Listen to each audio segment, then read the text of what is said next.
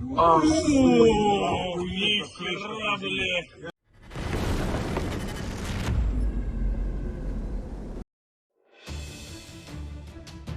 Russian large anti-submarine ship Admiral Levchenko is on fire in the Barents Sea, said the spokesperson of Ukrainian Navy. This is what happens when a superpower receives sanctions and cannot independently service engines produced in Mykolaiv. 10 years was not enough to solve this problem. One of the installations caught fire, spokesperson Dmytro Pletenchuk said. Russian media also report a drone attack on a Russian tugboat and barge in Taganrog Bay. The barge, Section 179, had damaged structures above the waterline, and the windows of the tugboat, Engineer Smirnov, were broken, Russian telegram channels write. Taganrog Bay is located in the northeastern part of the Sea of Azov and is its largest bay.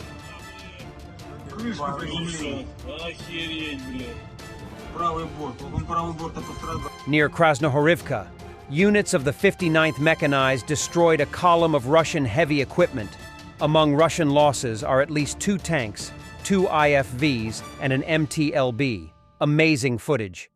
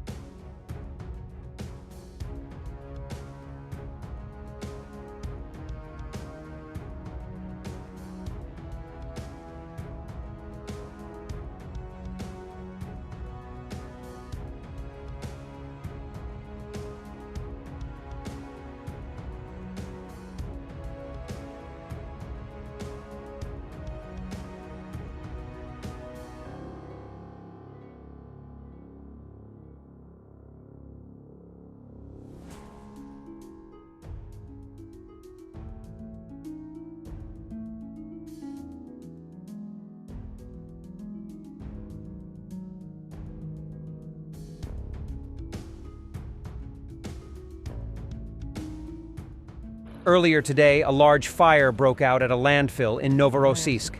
The waste landfill burns for 7 hours on the Shelba mountain, next to a densely populated residential area. The fire broke out at 5 p.m. Fire area is about 1,000 square meters. Firefighters only managed to localize the fire several hours later, said the head of the city, Andrei Kravchenko. The reason is still unknown. Traditionally, of course, the fire is being extinguished by 60 people and 25 special vehicles. There are no casualties reported yet. Local residents say the city is suffocating.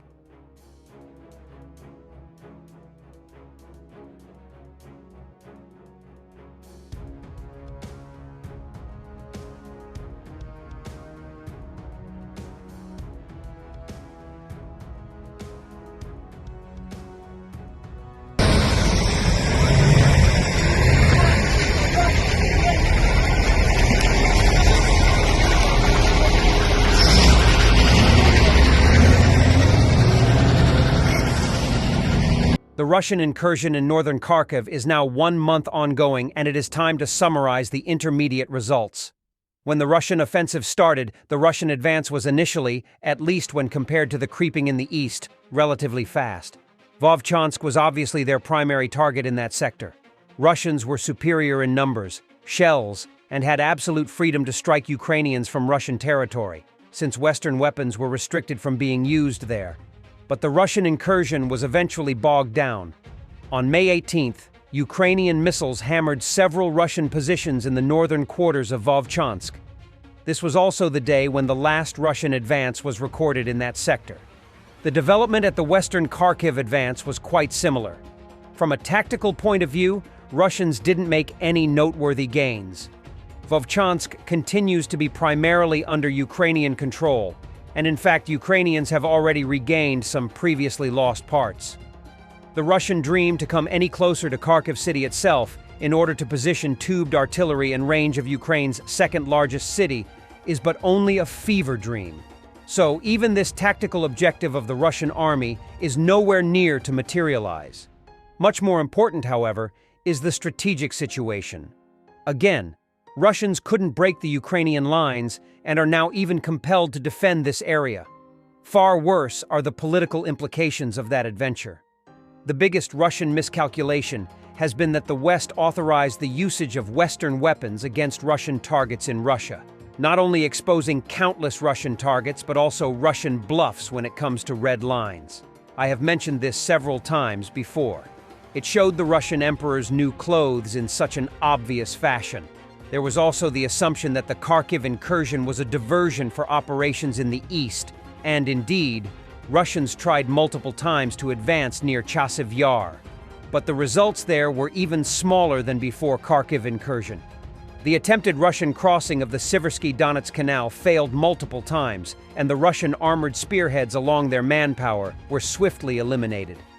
Russians haven't spent all their cannon fodder there yet.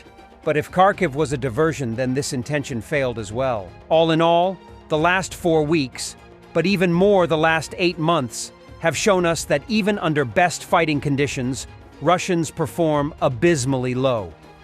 They have the numbers, the shells, the airplanes, their industry completely set for war, and most of all, the Ukrainian shell drought. Yet, despite this huge advantage, the results regarding territorial gains are extremely meager, at best. When nothing changes, and when comparing those meager results with the huge resources Russians have allocated and eventually squandered, then we can easily call this a strategic Russian defeat. Seriously, Russians cannot even take Vovchansk, a city merely 3 miles behind their own border. Just keep this in mind and try not to laugh. Ukrainians severely degraded Russian manpower and resources. They performed exceptionally well, despite the harsh conditions, and in the process exposed Russia's weakness over and over again. It is latest episode for the fact that Russia can be defeated. Viktor Orban could easily have his own segment on Solovyov's show or the Russian First Channel. He is frequently quoted there for his anti-war statements. The contradiction between "we are about to enter a war" and "the war that has already been going on for 2 years" does not concern him. However, he is troubled not only by the supply of tanks, but also by the provision of anti-aircraft systems that protect civilians from Russian terrorist attacks. Döntések vannak, tehát amelyek a mi tiltakozásunk ellenére, amelyek lépésről lépésre közelebb visznek a háborúhoz. Ha visszagondolunk arra a 2 évre, ami mögöttünk van, és amikor a háború elkezdődött, akkor én arra emlékszem, ott ültem, azt mondta a német kancellár, hogy csak sisakokat fogunk vinni, szó sem lehet arról, hogy a németek emberi élet kioltására alkalmas eszközöket vigyenek az ukránokhoz. Azt is mondta, hogy jó, persze szankció is kell, tehát az energiáról szó sem lehet, arra nem lehet szankciót kivetni. Így kezdtük. Most ehhez képest német tankok száguldoznak Ukrajna területén, német és egyéb nyugat-európai légvédelmi rakétarendszereket telepítenek, vadászbombázó gépeket szállítanak, és a szankciók pedig tönkretették az európai gazdaságot. Tehát ha abban az ütemben haladunk, ahogyan eljutottunk ide az elmúlt 2 év alatt, akkor nem túlzás azt mondani, hogy centiméterekre vagyunk attól, hogy a végső és utolsó állomást is elérjük, amikor már katonák, nyugat-európai vagy amerikai katonák jelennek meg Ukrajna területén. Tehát a közvetlen összeütközéstől centiméterekre vagyunk ebben a pillanatban. És ezt önön kívül egyébként senki nem látja? Hogy ők nem látják. Ők ezt akarják. Az a különbség. Tehát mi nem akarunk háborút, ők akarnak háborút. Thanks for watching, and don't forget to subscribe. Also, if you want to support Warthog Defense, please become our member and get early access to new videos, exclusive members-only videos, and become administrator in comment section. The membership link is in the description. Rescues every day. We had a guy last week at 6 rescues in 6 days. You know, he's doing the job every day.